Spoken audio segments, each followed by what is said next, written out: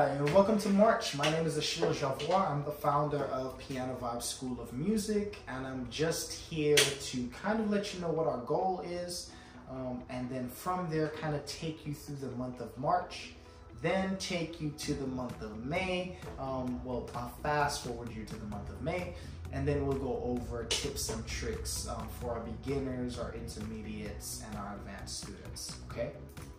So first of all, our goal is to create successful kids, successful young adults, successful adults, okay? Now, the way that we do that is obviously through the medium of music, and one of the first things that we start to work with the kids on is their idea of analytics, right? To not just understand something, right, but be able to break it down and explain why. To understand that they've learned this way, and maybe they could have learned it that way, right? And so they see two sides of a coin, and then they also can see and analyze the coin itself, right? And the coin here being music. And so we definitely stress the idea of success, because if you think about what success usually means, it's going to mean dedication, it's going to mean discipline, and those are two things that you have to start piano, to start voice, to start drums. And I think that we have that in our students, right? It's our job as staff members to inspire your kids to want to practice, to inspire them, hey, if you work on this, this is what will happen, right? And so we want parents to buy in to the program. Now, what does buying into the program mean, right? How do you put your kids into piano lessons and all of a sudden they end up being successful, right? Like, how does that process work? Well, one of the first things, it starts with the teachers being invested, right? We work with each student, and we don't necessarily have a set program that we follow, right? We're going to cater to how your child learns. And we're going to talk to them and teach them about the nuances and the analytics behind music. It's their job then, each and every week, to go home, review the information that was talked about, comprehend the information that was talked about, and bring some feasible portion of that back the next week. That is not the role of a child. That is the role of an 18-year-old first year of college, right? You show up to class, the professor goes over the information that you needed, and they'll see you next time they see you, right? Very, very advanced for what the kids do right now, which is they're at school every day, or even if you're at work as an adult, you're at work every day, right? This is something that you have to make time for outside of that regular schedule, which is what makes it, which is what brings the discipline in, right? Which is what brings the analytics in, because if you can compare it or liaison it to other aspects of your life, you create a chart for success, right? And so that's how we do that. And that's going to start with our events that we have. So obviously you guys are gonna have all 30-minute lessons, 45-minute lessons, hour lessons. The length of your lesson, don't worry too much about that. Instead, focus on what you can get done in lesson. That's usually gonna be a relationship between the student and the teacher. Okay, now how we ask parents to buy in is, one, we ask you to sit in on lessons. You need to know what's being asked of your child during the lesson. You may not be able to sit in on the whole lesson because you may get a call, you may want to text, you may need a break. That's perfectly fine.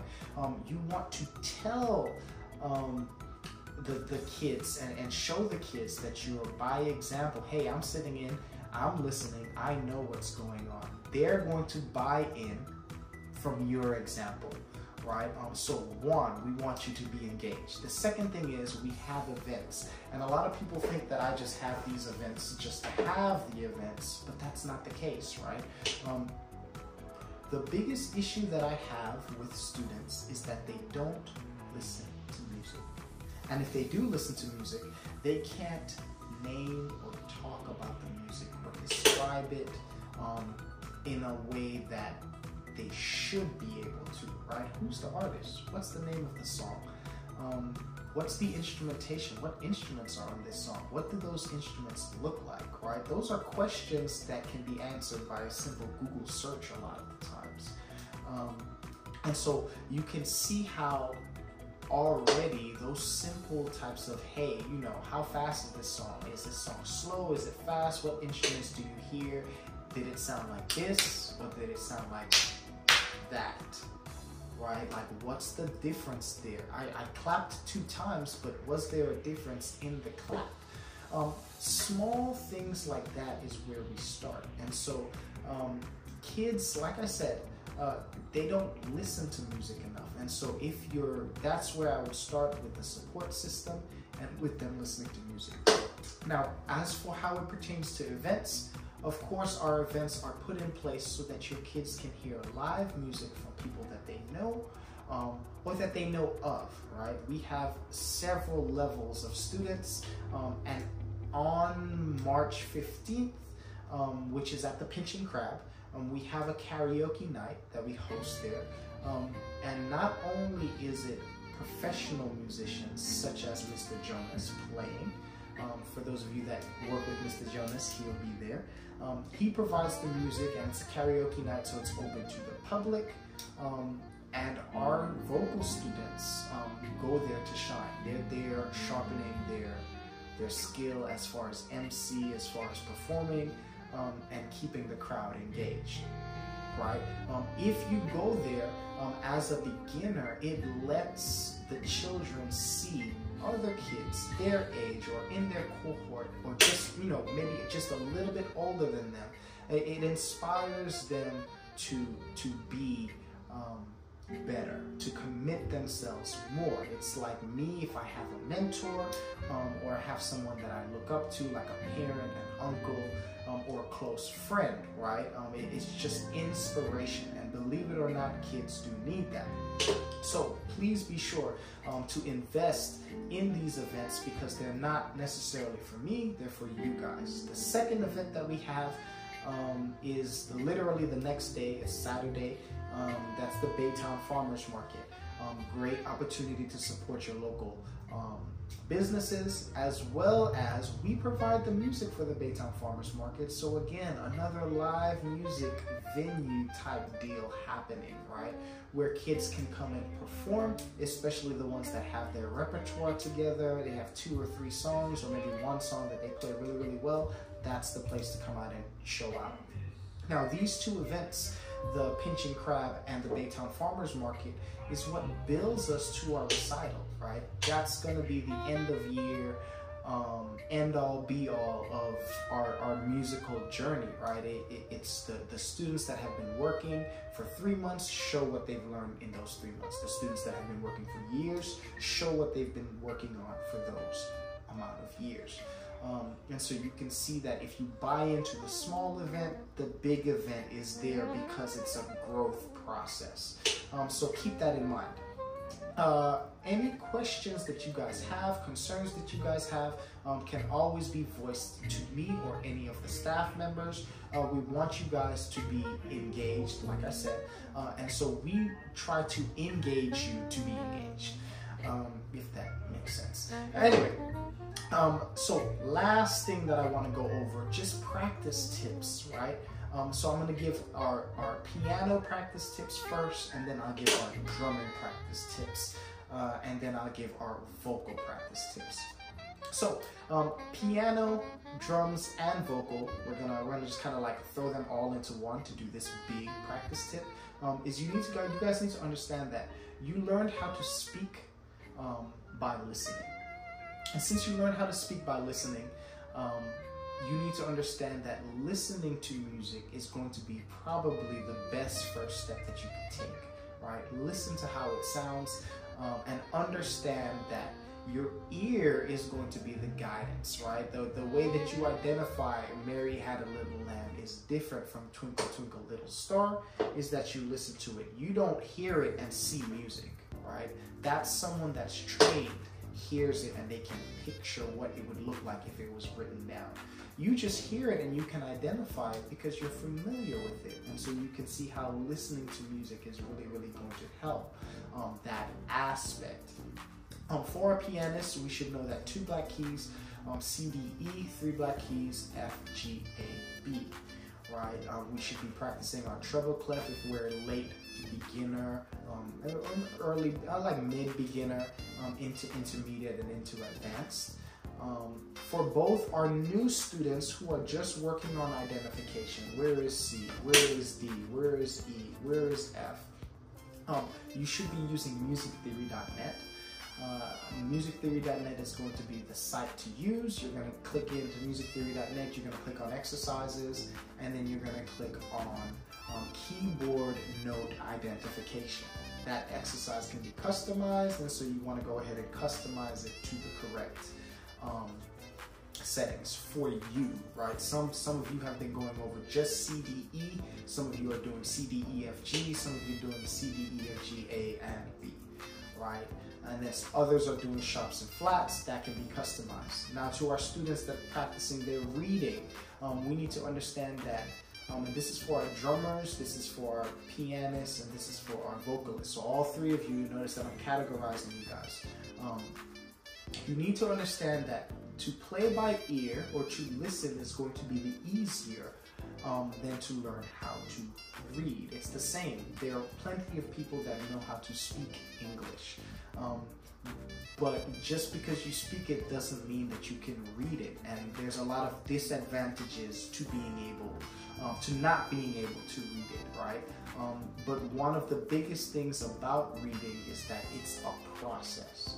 So to read music, we're going to really focus on musictheory.net, and we should be using note identification. That's going to let us customize whether we want to use our treble clef, whether we want to use our bass clef, or use the grand staff, which is what the piano uses, and then kind of just go forward practicing that, okay? For our vocalists, you guys are really focused on melody. Melody is what vocals sing usually, right? So if a song has words, the words are usually the melody. And so you're singing the melody, you're focused on 2 things as a vocalist. You're going to be focused on pitch, what note are they singing, right? And then you're going to be focused on rhythm. What rhythm are they using? Are they just singing or are they singing right? And so that's the same pitch on both of those, but different rhythms. And then lastly, as a vocalist, you would focus on the actual word itself. Like, what word did they use? This girl is on fire, right? I said it, but I didn't really sing it, right? This girl is on fire, right? Or if you want to sing it a little bit lower, this girl is on fire. Or if you need it a little bit lower, this girl is on fire. You'll notice that I just sang it 3 different ways. The first one being a high version, and then I lowered it a little bit, and then I lowered it again. So the biggest thing to understand is just because you start singing a song and you're practicing a song as a vocalist doesn't mean that that's necessarily the best place for you to fit your voice. Always make the song fit your voice. Don't try to make your voice fit the song. Next, for our drummers, right? You guys are going to be focused on rhythm. Now, rhythm is something that's super duper technical. It's one of the biggest and kind of most difficult aspects of music to understand. You'll hear people say it all the time, oh man, you don't have any rhythm, right? But rhythm can be felt or it can be read, right? So you can think about dancers, they're like 1, 2, 3, 4, 5, 6, 7, 8, right? And we think that they're just counting, but they're showing us where the counts belong. So if I say I only want you to clap on even numbers, it'd be 1, 2, 3, 4, 5, 6, 7, 8. I only want you to clap on odds, 1, 2, 3, 4, 5, 6, 7, 8. So we take that same aspect and we now apply it to what we know, right? And so kick, which is your foot pedal, right? That's going to be on 1. We're going to put snare on 2. and then we're just going to do that pattern over and over as a kick, snare, kick, snare, kick, snare, kick, snare, or stomp, clap, clap, stomp, clap. The reason why we're stomping is because we play our kick with our left, with our right foot. Most of our drummers are standard setup. So we're gonna play with our right foot, and then snare, you're gonna play with your left hand, because usually your right hand is sitting on the hi-hat. So kick, snare, kick, snare, kick, snare, kick, snare. We just did 1, 2, 3, 4, 5, 6, 7, 8. Okay? That's just me giving you counts to put the rhythm on. So you could listen to that count, you could listen to the rhythm, or you could do the count, right? You don't have to do both, right? But we want you to understand both, all right? So for our drummers, you should be really focused on listening, right? The difference between this is 1, 2, 3, 4, this, 1 and 2 and 3 and 4 and this. 1 E and a 2 E and a 3 E and a 4 E and. Those are going to be the 3 beginner rhythms that you want to be able to understand. All of them fit inside of each other. So 1, 2, 3, 4 is still present when you do 1 and 2 and 3, 4 and 1, 2, 3, 4. And then when we subdivide it even more to 1 E and a 2 E and a 3 E and a 4 E and a 1 and 2 and 3 and 4 and 1 E and a 2 E and a 3 E and a 4 E and a. Okay, so if you reached the end of this video, congrats. You are very responsible and you have a super long attention span. In the future, if you're looking at the video will be broken up into the different parts that you want to pay attention to. So you can do like intro, message, pianist, drums, voice. I will separate it like that. That way I can actually attack each one of our different students and give them ideas, tips, and tricks. Now, of course, we're your ultimate resource, and so we want to try our best to give you those resources, and so that's what this video is. It is a resource. Please look up things, use Google, right? Use Safari, use YouTube, ask questions, and finally, practice, right? It doesn't take a lot. You can listen to music as part of your practice. You can copy what you hear as part of your practice. You can focus with your eyes as part of your practice. Remember that all of those things have to be tied together at some point. And it's never too early or too late to start that process. So again, have a great month, and I will see you guys next month or tomorrow, depending on when I see you guys. Thank you.